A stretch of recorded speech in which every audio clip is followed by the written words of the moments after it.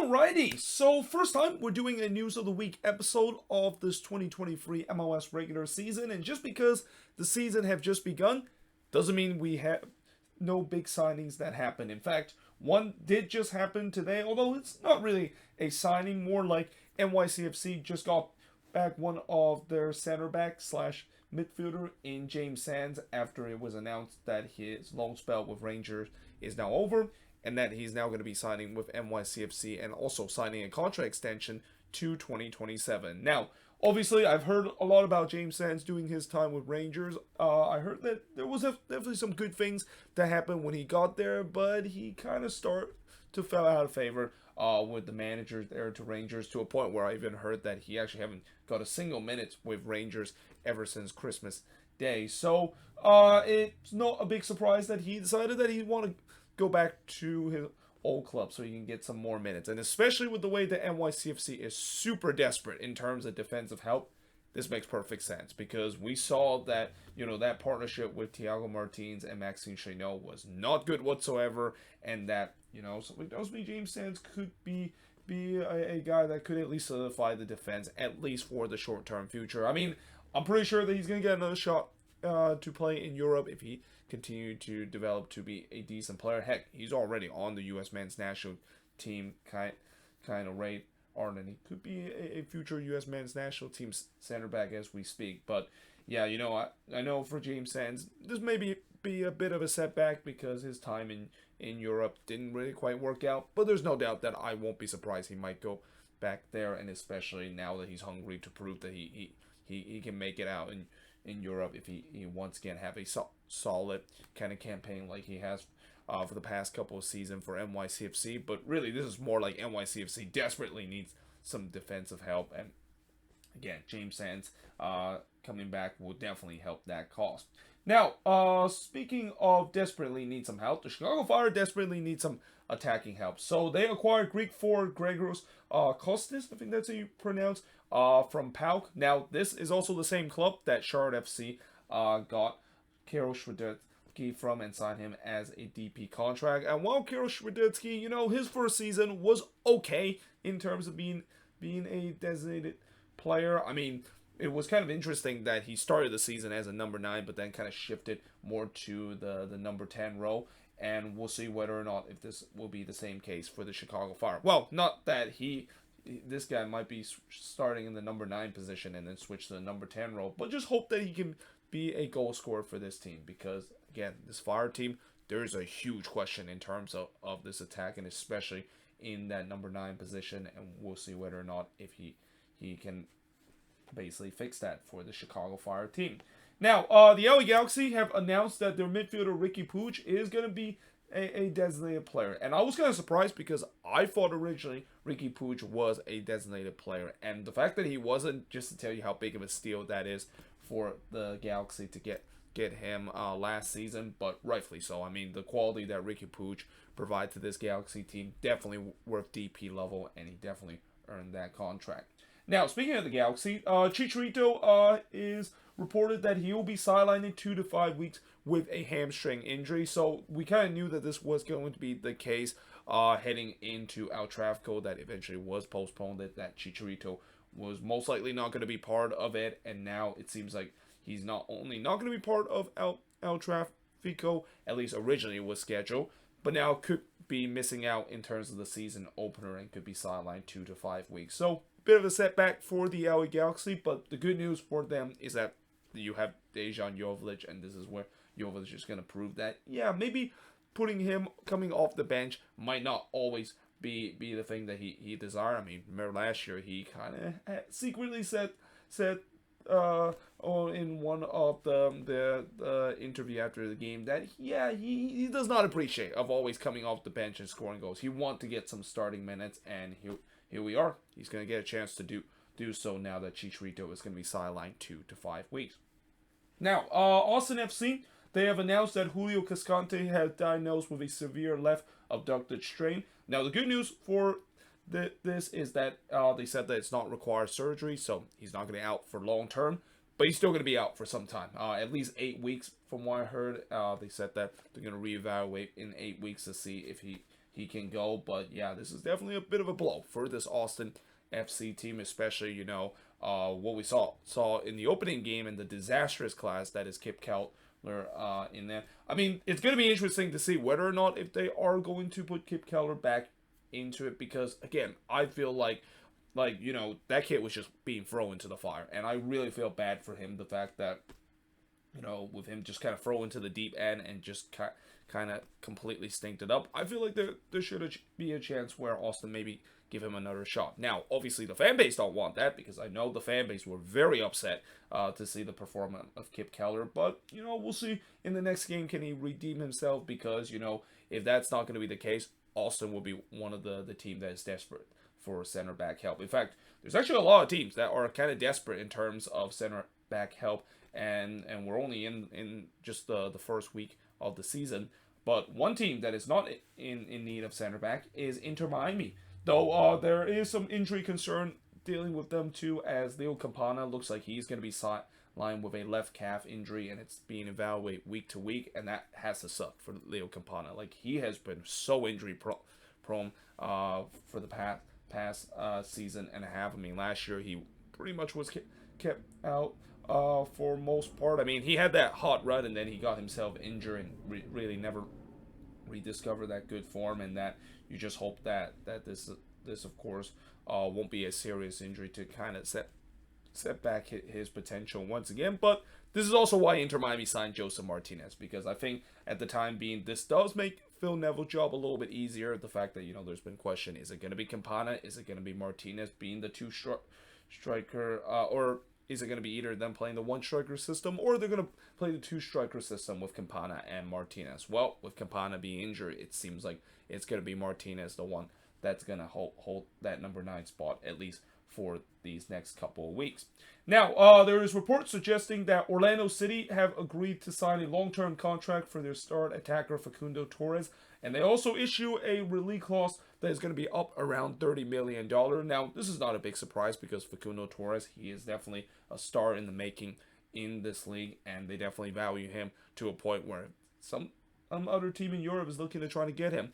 It's not going to be a cheap price. In fact, if it is going to be a $30 million that release clause, it'll be one of the most expensive outbound transfer. In fact, I think it would be the most expensive outbound transfer, because the most expensive outbound transfer is still with Miguel Almiron going to Newcastle for $27 million that Atlanta made a couple of years ago. But yeah, I can definitely see that Facundo Torres could be a $30 million guy, and that we'll see whether if he can continue to develop to a player that, again, he is definitely going to be a star in making in this league, and could definitely be a player that can be sold off to Europe in the near future.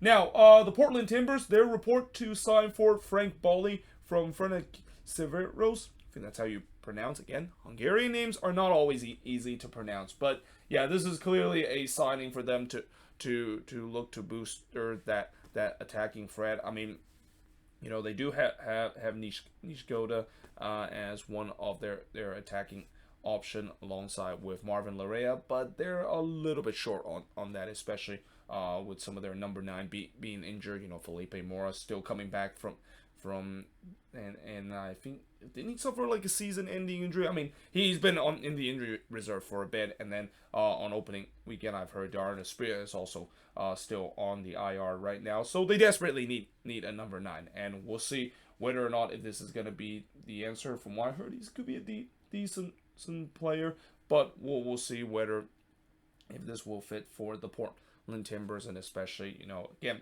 they know that they have a decent player in Evander in that number 10 position, but at least from what I saw on the opening weekend, he needs help. Like, he desperately needs help. I saw how Sporting KC really did a good job in terms of shutting him down, and I think that's going to be the recipe for a lot of team. A lot of team is going to trying to shut down Evander, maybe even double or even triple team, because they know he's going to be the threat, and that the Timbers just simply need another guy there on the attack to kind of put the pressure off of him. And especially with the way that, there's report that it seems like Jimmy Chara could be out for a bit. Yeah, they need to have some more attacking threat, and we'll see whether if this signing will happen, and if it does happen, we'll see if he can be a decent player for this Timber side. And the same goes with Sporting KC, who is also nearing a deal to sign Colombian center back Danny Rosario from Junior FC in Colombia. And again, not a big surprise because Sporting KC desperately needs some center back help, but it looks like that this might be the help that they needed. And I'm assuming most likely he could be thrust straight into the starting 11, because right now when you look at the center back depth, I think right now the starting center back is Valader and Fontas, and neither of them seems like it's a good option. So we'll see if they do sign him. Is he going to thrust straight into the starting center back row? And if that is the case, they're really hoping he can make a difference, because that is one area that this team has a huge Achilles heel for this upcoming season. And now it seems like they're starting to try to address that a little bit. At least they have signed a couple of defenders in these last couple of weeks. Again, it's not a surprise that they're doing it more now, and they might have just found themselves their future starting center back in this guy. Now, moving on in terms of the next news, DC United, they are close to require midfielder Yamil Assad. So again, this is just an example of what happened when a player just refused to not leave this club, or refused to basically always come back to the same club over and over again. I mean, there's certain players that, even though they leave a club, they somehow still come back, and then leave a club again, and they somehow still come back. And that's kind of the case with Yamil Assad. I mean, it feels like between him and DC United, they are always connected, which is kind of odd, because for a while I thought that was the case for Atlanta United after when he first came to MLS. Atlanta was actually the first team that he joined. But yeah, if that is the case, I think this is the third stint for Yamil Assad, and we'll see whether or not if he's decent. I mean, when I saw him play during his time with Atlanta, I can definitely saw there was potential he could be a decent player. Now, obviously, that hasn't worked out, especially during his time with DC, but DC is hoping that maybe third time is the charm. Third time is finally the time they get the potential out of Yamil Assad, or maybe this is just for them to acquire some more depth in terms of that midfield position that they have. Now, moving on, in terms of the last news of this news of the week, before I get into my weekly power rankings that I talk about the league release every week, is that the San Jose Earthquakes is set to collaborate with Black Arrow FC for original content on MLS Season Pass. Now, I really love the fact that the Quakes are doing this, and that, again, this year, with the way that the league requires teams to provide regular content on MLS Season Pass, that teams are going to have to do so, but I also had a feeling that teams are just going to try to do the bare minimum. In fact, when I look at some of the content that each of these clubs have provided, some of them have kind of just did the bare minimum in terms of just provide some stuff. And I mean, the bare minimum is still better than nothing, because I know some clubs don't even attempt to try to create some content on their profile as part of all the team on MLS Season Pass. But I do want some teams maybe provide a little bit more extra insight, and I think the Quakes have done a really good job in terms of it. In fact, when I look at most of the match previews for some of these teams, most of the teams, their match preview are very short, like just 3 minutes long, no in-depth whatsoever. But the Quakes is one of the rare team that they actually gone really in-depth in terms of talking about the upcoming match. And I think this is going to be even more, especially with them providing more content. So while the Quakes, they might not be the best team in the league, and they might miss the playoffs once again, at least if in terms of content producer, you might as well just give them the MLS Cup every single year. In fact, if there is an award for being the best content in the league, I think they should just give it to the Quakes every year, because the Quakes do some of the best content out of any team in MLS, in my opinion. But moving on into now talk about the power rankings, because again, I'm just going to bring back talking about the power rankings like I've done in previous year. But I'm not going to do a power rankings because, as I said a couple of years ago when I stopped doing power rankings, I don't want to do it because it's just kind of meaningless, and it's just going to get people angry in the comment section below. But in terms of this week power rankings, and this is according to the league website, because I know ESPN also do their own power rankings, but I trust the league website more, because when I look at some of the ESPN power rankings, yeah, it's a bit questionable. But in this week power rankings, you have the Philadelphia Union in number 1, and actually I put the Philadelphia Union twice, didn't I? Yeah, that's a bit of a mistake there. It's actually LAFC that is in second place. But yeah, LAFC is in second. Seattle is in third. FC Cincinnati is in fourth. Nashville is in fifth. LA Galaxy in sixth. Orlando City in seventh. Austin FC in eighth. The New York Red Bulls in ninth. And the Portland Timbers rounds up the top 10. And I think it's fair when you look at this power rankings. Although some will argue the fact that LAFC probably should drop a little bit more because they weren't even playing this week, and there are definitely teams that is behind them that have bigger wins that deserve that second spot. But nevertheless, there you have it. That is pretty much it for the News of the Week episode. As always, let me know in the comments below what do you think of this video, and if there's any news I didn't mention here on the board, let me know in the comments below. But until then, hope you guys enjoyed this video. If you do, make sure you guys leave a like, smash the subscribe button, and yeah, I of course will see you guys next time.